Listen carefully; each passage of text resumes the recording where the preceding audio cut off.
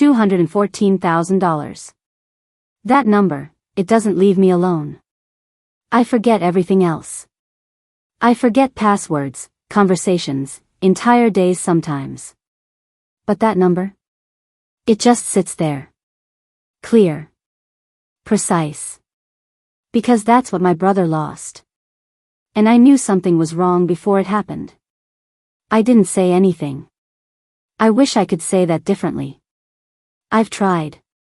I've rehearsed softer versions in my head, versions where I sound less responsible. But there isn't one. That's the truth. And the worst part? I didn't just suspect something. I had reasons. I keep thinking if it had just been a feeling, just a gut instinct, then maybe I could forgive myself a little more. People ignore gut feelings all the time. That's human. But this wasn't just that. And I've been sitting with that for years now, quietly, like if I don't say it out loud, it doesn't fully count. It still counts. It just gets heavier. I think the moment everything finally caught up to me was last Thanksgiving. Nothing dramatic. No big fight. No confrontation. We were doing dishes. That's it. Water running, plates clinking, completely normal. And Marcus, my brother, just kind of laughed and said, "I still don't understand how I didn't see it coming." Like it was a joke. Like it was just something that happened to him. And I laughed too. Of course I did. That's what I always do. But later, I got home, pulled into my driveway, turned the engine off, and I just sat there. Didn't go inside. Didn't move. Because that sentence kept replaying. I don't understand how I didn't see it coming. And all I could think was, I did. Not everything. Not clearly. Not enough to prove anything. But enough. Enough that I should have said something. Enough that I had a window, and I let it close. And the part one haven't told anyone, not him, not anyone, is that I didn't just see pieces. I knew why something felt wrong.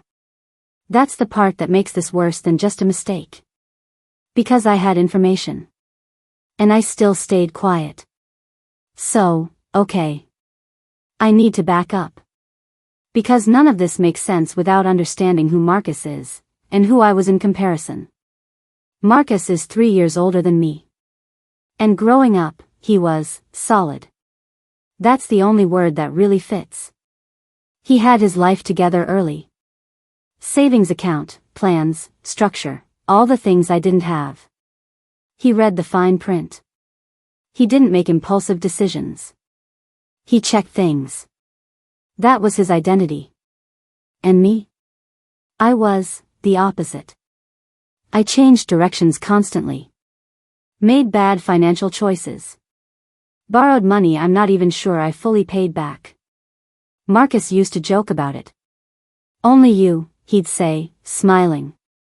And it was okay. Because he had a cushion. He could afford to laugh. So when things started to shift for him, I didn't recognize it right away. Because it didn't fit the story. And I think that's where this really started. Not with Kevin. Not with the money. But with me. Deciding, without realizing it, that anything that didn't fit the version of Marcus I believed in, probably wasn't real. And that decision? It didn't feel like a decision. It felt reasonable.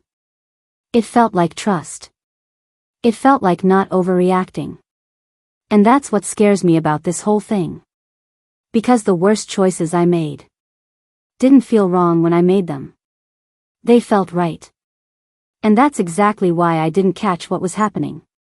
Even when I was already starting to see it. And then Kevin came into the picture. And looking back now, that's the moment everything started to tilt. Just slightly. Just enough. And I felt it. I did. I just didn't follow it. Kevin. I need to say this the right way, because it's very easy, now, to turn him into something obvious. Like there were red flags everywhere and we all just ignored them. That's not how it felt. That's not how he was. Kevin was convincing. Not loud, not flashy. That's the thing people get wrong. He didn't try too hard. He didn't need to. He just knew how to talk to you. He'd look at you like what you were saying actually mattered. Like you were interesting. Like you were smart. And it sounds small, but it isn't. Because when someone does that consistently, you start to trust them without realizing it. I remember the first time I met him. I walked away thinking, okay. I get it. I get why Marcus trusts him. And Marcus really did trust him. Completely. They'd known each other since college. Years of history.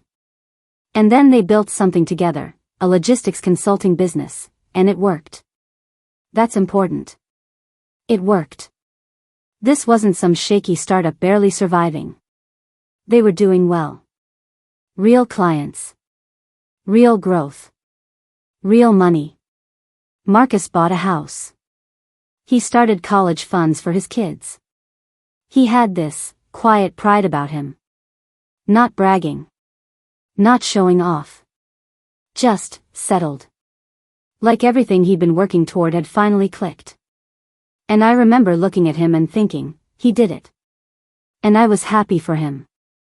I need to say that clearly, because I've questioned it so many times since then. I was happy for him.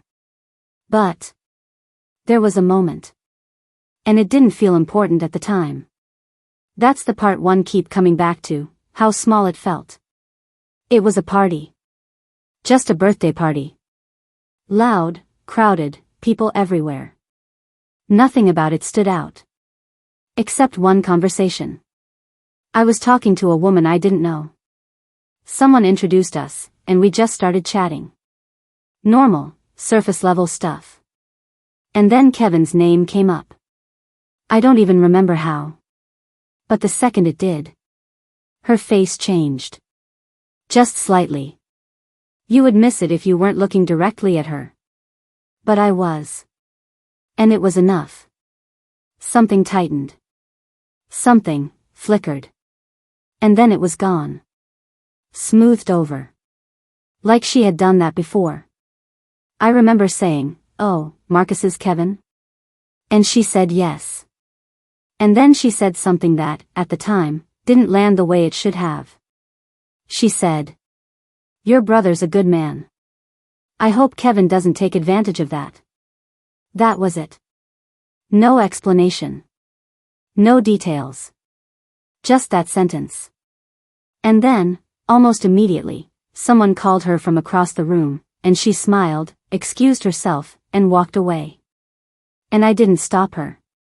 That's the part one replay. I didn't follow up. I didn't ask, "What do you mean by that?" I didn't even try. I just let it end. And I remember standing there for a second longer than normal, feeling something. Not fear exactly. Just discomfort. Like something didn't line up. Like there was a piece of information I didn't fully understand, but should. And then I went home. And I thought about it. I did. I sat there, replaying her tone, her expression, that exact sentence. And for a moment, I felt it clearly. This matters. But then, the rational part of me stepped in. And it was so convincing. It said, "Okay, wait. That's his ex-wife.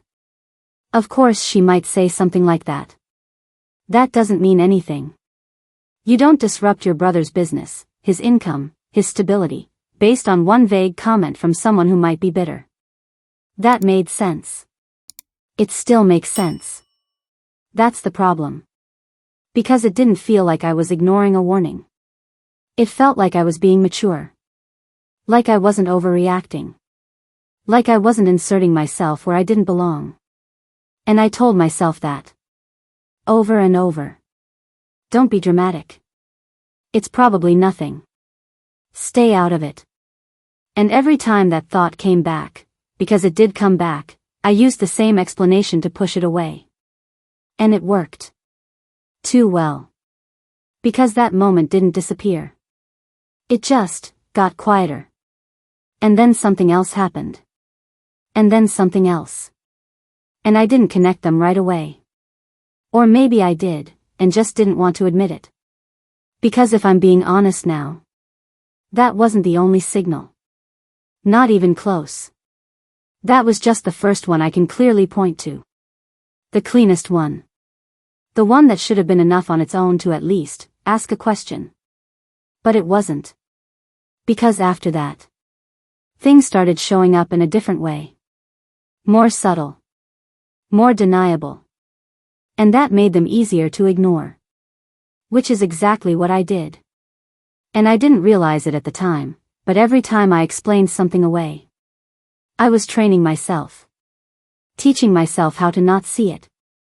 How to take something that didn't feel right, and turn it into something that did. And once you get good at that, you stop noticing when you're doing it. And that's when it gets dangerous. Because a few months later, I started seeing things that weren't just uncomfortable. They were wrong. Not obvious enough to prove anything. But enough that I should have stopped. Enough that I should have asked one simple question. And I didn't. And that's where this really started to build. Because what I saw next wasn't just a feeling anymore. So, the first time it really crossed that line, from uncomfortable to this might actually be something, was during tax season. I had been doing Marcus's personal taxes for a few years. Nothing official, just helping. It made sense. I have a finance background, and it was one of those quiet sibling arrangements that just continued. No big deal. Until that year. I remember sitting at my laptop, going through everything like I always did. Income, expenses, distributions, routine. Familiar. And then I hit something that made me stop. Not dramatically. Just a pause. A few seconds longer than normal. Because something didn't line up. Not in a way I could point at and say, this is wrong. That would have been easier. That would have forced a reaction. This was different.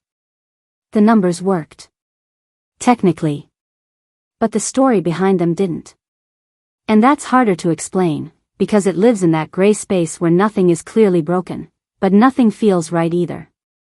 I remember staring at the screen thinking, why does this feel off? And then, almost immediately, another thought followed it. You're probably overthinking it. That second thought came fast. Too fast. And I listened to it. I went back through everything again, slower this time.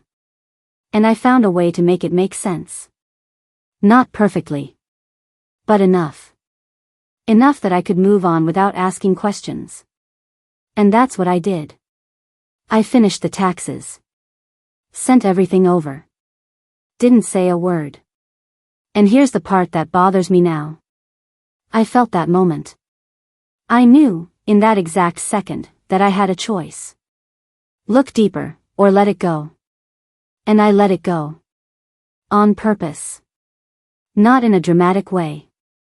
Not like I said to myself, I'm going to ignore this. It was quieter than that. It was, this is probably fine. And that felt safe. So I chose safe. And that could have been the end of it. It really could have. Except it happened again. The next year. Different numbers. Different section. Same feeling. That pause. That hesitation. That tiny flicker of, wait. And again. I did the same thing. I found a version of the story that worked. I filled in the gaps. I explained it away. And I moved on. Like it was nothing. Like it was normal. And this is the part where I have to be honest in a way I didn't want to be before. I got good at that. Really good. Like, it became automatic. Notice something, feel that discomfort, fix it in my head, move on. No questions. No friction. Just resolution. Except it wasn't resolution. It was avoidance. And I didn't call it that at the time. I called it being practical. Being reasonable. Trusting my brother. That's what I told myself. But underneath that, there was something else. Because if I slow that moment down now, really slow it down, I can see it more clearly. There's the first thought, this doesn't make sense. And then there's the second one, don't go there. And that second thought. It didn't come from nowhere. It came from somewhere in me that already knew. If I did go there, I might find something I couldn't ignore. And then I'd have to act. And I didn't want that. I didn't want the responsibility of being right about something like that. Because if I was right, then everything would change. For him. For me. For all of it. So instead, I kept choosing the version where everything was fine. Over and over. Year after year. And it became this quiet pattern I didn't even question anymore. Until Marcus called me. And this part, I can't soften this, I can't make it less than what it was, this was the moment. The moment. Because Marcus doesn't get excited. That's just not who he is. He's measured. Controlled. Even when things are good, he stays steady. But this time, he wasn't steady. He was excited. And I remember thinking, what is going on? There was energy in his voice I hadn't heard before. Like something big had opened up for him. And then he started explaining. Kevin had brought him a new opportunity. Expansion. New region. Bigger clients. Growth. The next level. And the way he talked about it. You could hear it. That feeling of this is it. This is the thing that takes everything I've built and pushes it further. And I felt something shift in my chest. Because I had heard that tone before. Not from him. From people right before they commit to something big. And then he said it. He said Kevin had offered him the chance to invest more. Personal money. His savings. And then, he asked me what I thought. Just like that. Simple. Casual. Hey, what do you think? And everything hit at once. The party. That sentence. The look on her face. The tax returns. Those small inconsistencies. That pattern. All of it. It came together in one moment so clearly it actually made me go quiet. Like, physically quiet. I stopped moving. Because there was a voice in my head, and it wasn't vague anymore, it was clear. Something is wrong. Not maybe. Not possibly. Wrong. And I had a window. Right there. I didn't need proof. I didn't need to accuse anyone. I could have just said. Hey. I don't know. Something about this doesn't sit right with me. Maybe slow down. Maybe double check a few things. That's it. That's all it would have taken. Just hesitation. A pause. A seed of doubt. And instead, I said, it sounds like a great opportunity, Marcus. You know the business better than anyone. I said it clean. No hesitation. No crack in my voice. Nothing he could question. Just support. Exactly what he needed to hear. And he trusted it. Of course he did. Why wouldn't he? And when I hung up. This is the part one hate the most. I felt relief. Not guilt. Not immediately. Relief. Relief that I didn't have to challenge him. Relief that I didn't have to step into something uncomfortable. Relief that I could stay out of it. And I told myself the same thing again. You're probably wrong. Don't create problems. This isn't your place. Same pattern. Just higher stakes now. Much higher. Because that moment. That one answer. Turned into something I can't take back. And I didn't understand how big it was until later. Until things started to crack. Slowly at first. And then all at once. And by the time I finally understood what I had done, it wasn't a question anymore. It was already happening. And I couldn't stop any of it. And what came next? It didn't explode. It unraveled. And that made it worse. He put in $140,000. I remember exactly where I was when he told me. I don't remember the day, but I remember the feeling. That quiet confidence in his voice. Like everything made sense.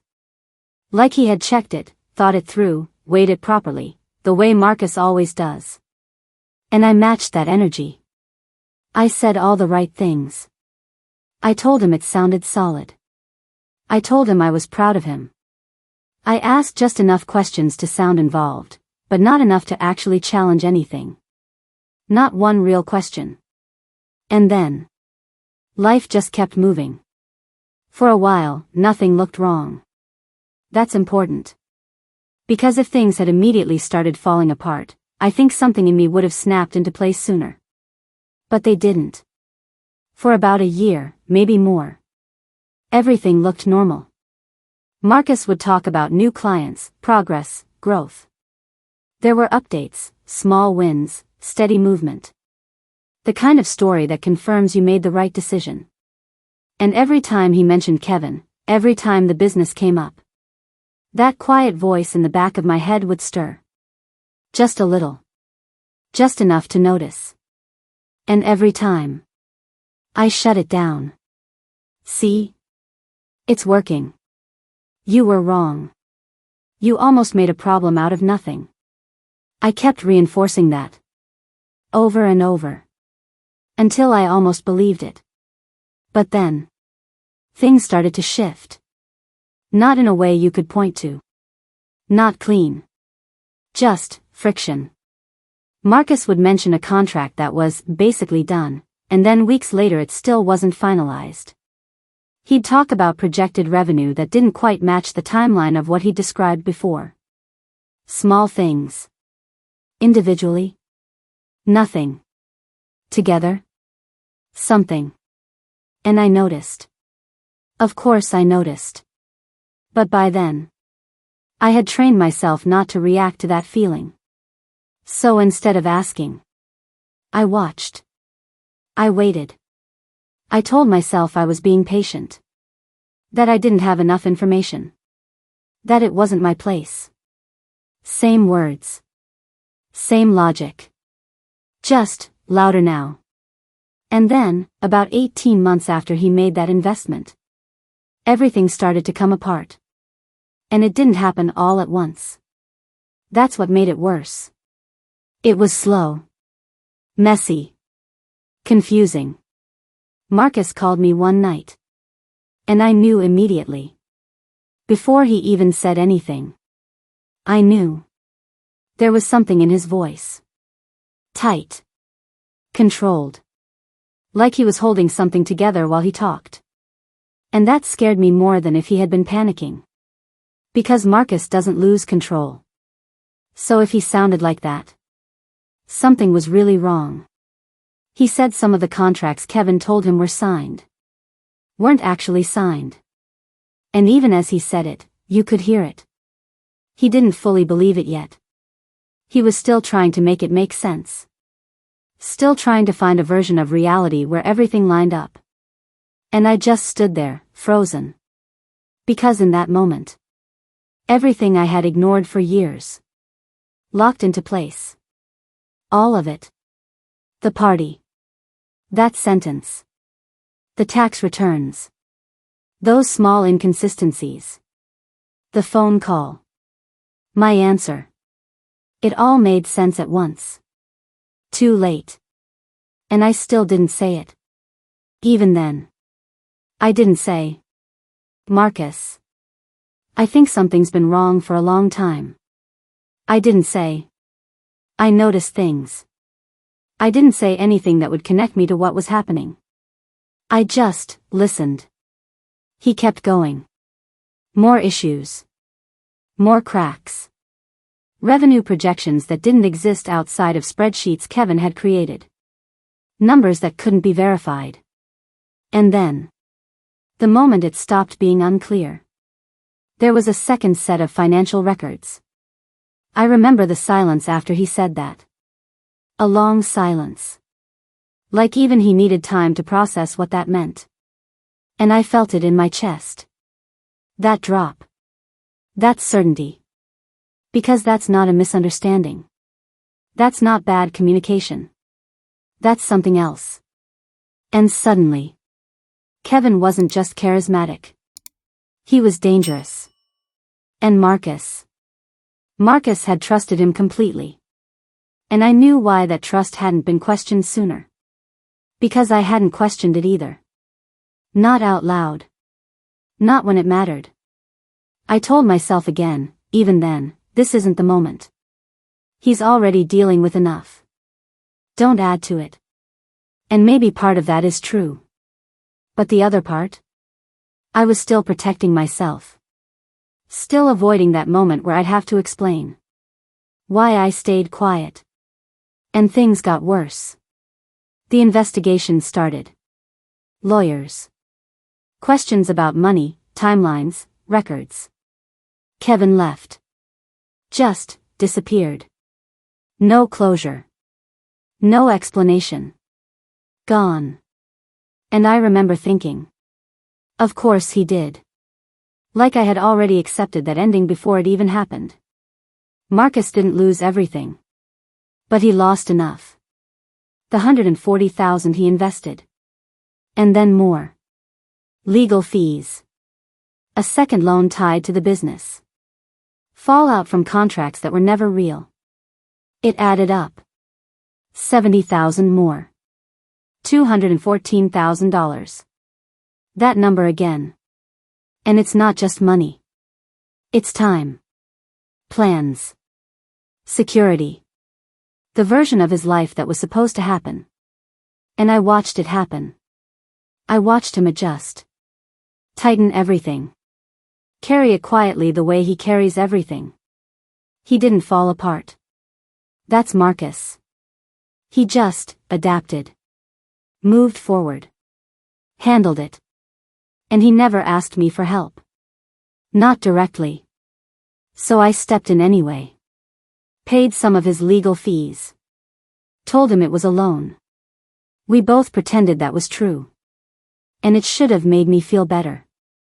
Like I was doing something. Like I was balancing something out. But it didn't. Because money doesn't fix silence. It doesn't undo the moment where I had a chance. And chose not to take it. And the worst part? He still says it. I should have seen it coming. Like it was just his mistake. And every time he says that, everything in me goes still.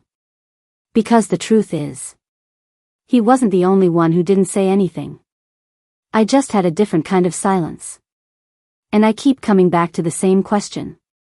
If I had said one small thing, just once, at the right time, would any of this have changed? Or would it have ended the same way? Just with me knowing I didn't stay quiet? And I don't have an answer. I just have what actually happened. And what came after that is something I'm still trying to sit with. Because the fallout didn't end when the money was gone. It changed something in me too. And I didn't even realize how much, until later. I paid some of his legal fees. Even saying that still feels strange. Like it sounds simple when I say it out loud, but it wasn't simple. Nothing about it was simple. I remember sitting with that decision for days. Going back and forth in my head. Telling myself it was just practical. Just helping. Just family. But that wasn't the whole truth. I told Marcus it was a loan. Of course I did. That made it easier. For him, for me, for both of us. It put a label on something that didn't really have one. Something temporary. Something fixable. Something that could be handled later. We both knew, without saying it, that later probably wouldn't come the way we were pretending it would. Or at least, I knew. And he didn't question it. That's what stuck with me. Marcus questions everything. That's who he is. He reads details, he checks numbers, he doesn't just accept things at face value. But this, he just accepted. Quietly. Like he didn't have the energy to do anything else. And that told me more than anything else did. Because this wasn't just financial anymore. It was exhaustion. I could see it in him when he thought no one was watching. The way he'd pause a second too long before answering simple questions. The way he'd go quiet in conversations that used to be easy. He wasn't falling apart. But something in him had tightened. And I knew why. Or at least, part of why. Because I kept seeing it from both sides now. The aftermath, and the moments before it. And that's where it gets harder. Because I started noticing something else too. Not just what Marcus lost. But how I responded to it. And I don't like thinking about this part. Because I want to say I only helped him out of guilt. That it was clean. Simple. But it wasn't just that. There was guilt, yes. A lot of it. But there was also something else sitting underneath it. Something I didn't want to name at the time. Because there was a shift happening between us. And I felt it. For most of our lives, Marcus was the stable one. The one who had things figured out. The one you could lean on. And suddenly, that wasn't fully true anymore. And I hate how that sounds. Because it makes it feel like I'm turning his pain into something about me. But I need to be honest about what was actually happening in my head.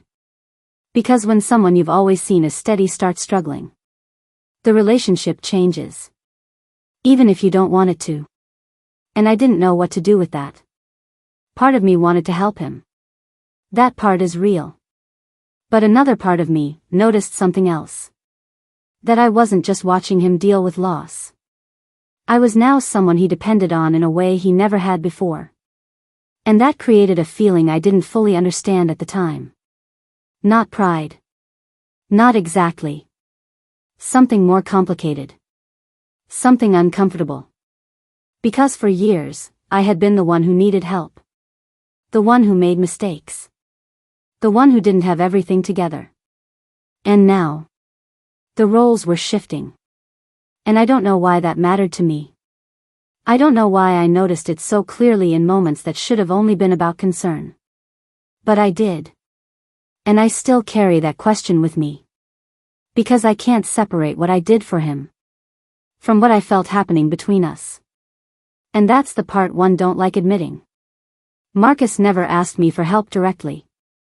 Even after everything. That's just who he is. So I stepped in where I could. Quietly. Without making it a conversation.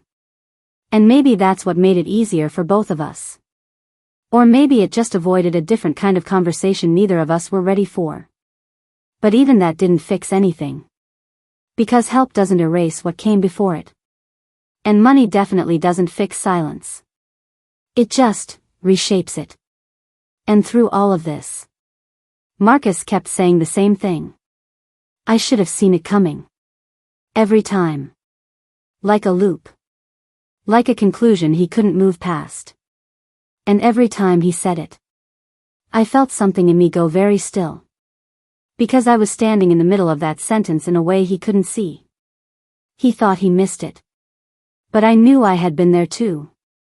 Earlier. Long before the collapse. Seeing pieces. Not connecting them. Choosing not to connect them. And that's what I keep coming back to. Not one mistake. Not one moment. But a pattern. A pattern of not acting when I had enough to question. Not enough to prove. But enough to pause. And I didn't pause the way I should have. I kept moving. Kept explaining things away. Kept telling myself it wasn't my place. And that word, place. I've thought about it a lot. Because what I really meant wasn't place. It was comfort. It was fear. It was not wanting to be wrong. Not wanting to be responsible for disrupting something that might have been fine. Or might not have been. And I chose the version where I didn't have to find out. And that choice, it didn't feel like a choice at the time. It felt like caution. But now I know what it really was.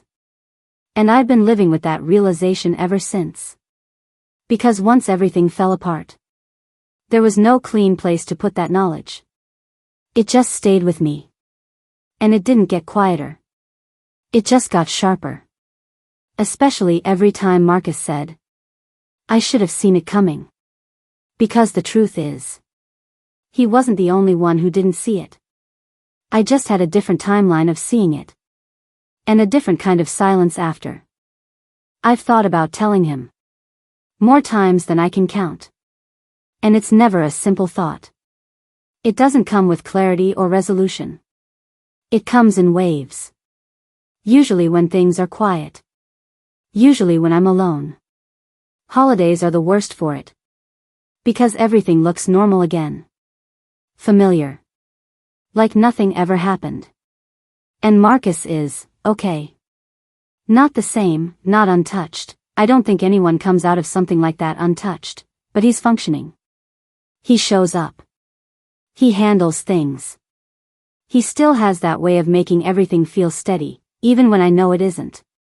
And I look at that version of him and I think, why would I break this open again? Why would I take something he's rebuilt, carefully, slowly, and put my own weight on top of it? That feels selfish. It does. And I sit with that for a long time, trying to decide if protecting his peace matters more than relieving my own guilt. Because there's another part of me that won't stop pushing back. The part that says, he deserves the full truth. Not just Kevin's version of betrayal. But the entire picture. Including me. Including what I saw. Including what I didn't say. And I go back and forth on it so much that sometimes I don't even trust my own conclusion anymore. Because both sides feel right. Just in different ways. And I don't know which kind of right matters more. So instead, I keep carrying it. Silently. And I didn't realize at first how much that silence was changing me. But it has. It shows up in small ways. I'm different with money now. Careful in a way that feels almost compulsive. Like I double-check everything, even things that don't need double-checking. My therapist called it overcorrection. That word stayed with me. Because it's accurate. Once you've ignored something you shouldn't have ignored, you start second-guessing everything. Not just in that area. In all of it. So I speak up faster now. Sometimes too fast. I flag problems that might not even be problems. I don't let things sit in the uncertain space anymore. Because I don't trust what I'll do with uncertainty. I don't trust that I'll stay honest with myself inside it. And that's the part one don't like admitting. Because it means this didn't just affect Marcus. It changed how I move through everything. And then there's the box. The one in my closet. It's not dramatic. It's just a plain box on a shelf. Easy to miss. Inside are printouts. Tax documents. The ones where I saw things that didn't quite line up. I don't know why I kept them. I've asked myself that more than once. At first I told myself it was just documentation. Just being organized. Just keeping records. But that's not really true. Because if it had been just that, I wouldn't have needed them. I think I kept them because some part of me needed proof that I noticed. That I wasn't completely blind. That I wasn't just absent from it. But the truth is harder than that. Because noticing isn't the same as acting. And I didn't act. Not when I saw the tax inconsistencies. Not when I replayed that conversation from the party. Not when Marcus asked me directly what I thought. Each time. I chose the version of reality that required the least disruption. And I told myself that was wisdom. That I was being careful. Responsible. Not overstepping. But looking at it now, it was just avoidance. Rebranded. And I can't unsee that anymore. Marcus still says it sometimes. I should have seen it coming. And every time he says it, I feel this strange stillness inside me. Because I'm standing inside that sentence in a way he doesn't know. He thinks he missed it. But I was there too. Earlier. Seeing fragments. Connecting nothing. Choosing not to connect anything. And that's what I can't escape. It wasn't one decision. It was a series of small ones. Each one easy to justify on its own. Each one reasonable in isolation. But together, they built something I didn't recognize until it was already done. And I keep circling back to the same question. If I had said something, even once, even imperfectly, would it have changed anything? Or would it have just made me someone who tried? I don't know. And I don't think I ever will. What I do know is this. Keeping it inside didn't protect anyone. It just made it heavier. For me. For him. For everything that came after. And now it sits with me in a way I can't fully separate from anything else anymore. Because silence has a cost too. And I've been paying it longer than anyone realizes. Marcus doesn't know that part. Not fully. And maybe he never will. Or maybe one day he should. I don't know which version of that future is the right one. I just know I'm still sitting inside the question. And I haven't found a way out of it yet.